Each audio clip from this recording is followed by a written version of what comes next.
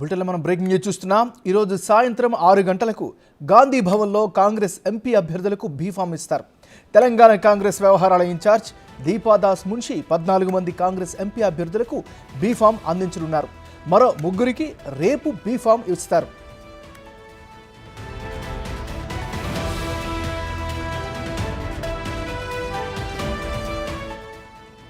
ఖమ్మం కాంగ్రెస్ అభ్యర్థిగా రామసహాయం రఘురామిరెడ్డి, కరీంనగర్ వెలిచాల రాజేందర్రావు, హైదరాబాద్ సమీర్ ఉల్లాకు దాదాపు ticket confirm అయింది.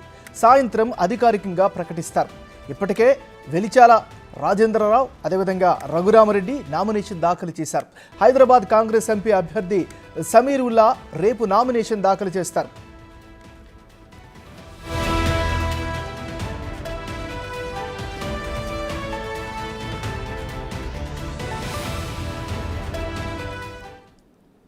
బులెటిన్లో మనం బ్రేకింగ్ న్యూస్ చూస్తున్నాం. ఈరోజు సాయంత్రం 6 గంటలకు గాంధీ భవన్లో కాంగ్రెస్ ఎంపీ అభ్యర్థులకు బీఫామ్ ఇవ్వనున్నారు. ఇదే అంశానికి సంబంధించి మరింత తాజా సమాచారాన్ని మా డిప్యూటీ బ్యూరో చీఫ్ సాదిక్ లైవ్లో అందిస్తారు. సాదిక్, చెప్పండి.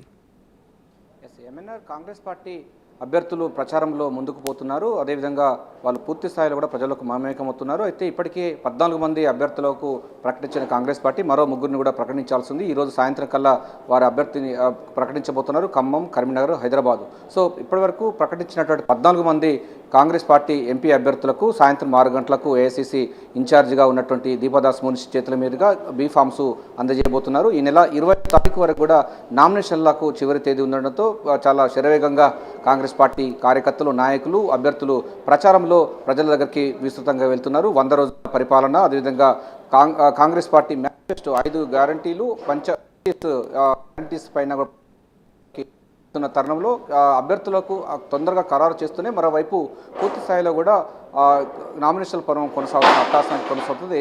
పీసీసీ చీఫ్ రేవంత్ రెడ్డి స్వయంగా వెళ్ళి అటు బహిరంగ సభలు, అదేవిధంగా కార్నర్ మీటింగ్లో పాల్గొంటున్న సందర్భం కనబడుతుంది.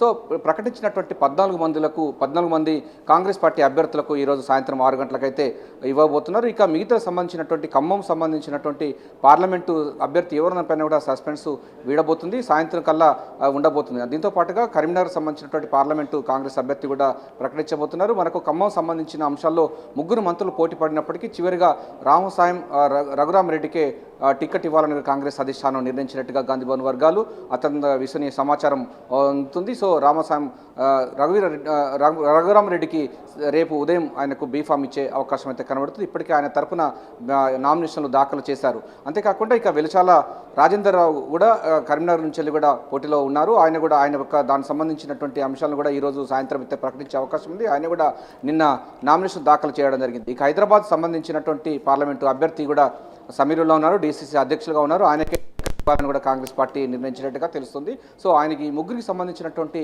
బీఫామ్స్ రేపు ఇవ్వబోతున్నారు. ఇప్పటికీ ప్రకటించినటువంటి 14 మంది కాంగ్రెస్ పార్టీ ఎంపీ అభ్యర్థులకు సాయంత్రం 6 గంటలకు దీపాదాస్ మున్షి చేతుల మీదుగా ఇవ్వబోతున్నారు. ఈ నెల 25 తారీఖుతో నామినేషన్ల పర్వం ముగుస్తుంది. స్క్రూట్నీ ఈ నెల 26 వరకు ఉంటున్న నేపథ్యం అంతకంటే ముందుగానే బీఫామ్స్ ఇవ్వాల్సిన అవసరం ఉంటుంది. అందులో భాగంగానే కాంగ్రెస్ పార్టీ ఈరోజు సాయంత్రం 6 గంటల నుంచి వెళ్ళి బీఫామ్స్ ఇచ్చేటువంటి కార్యక్రమానికి ప్రారంభించబోతుంది. MNR right, thank you Sadiq.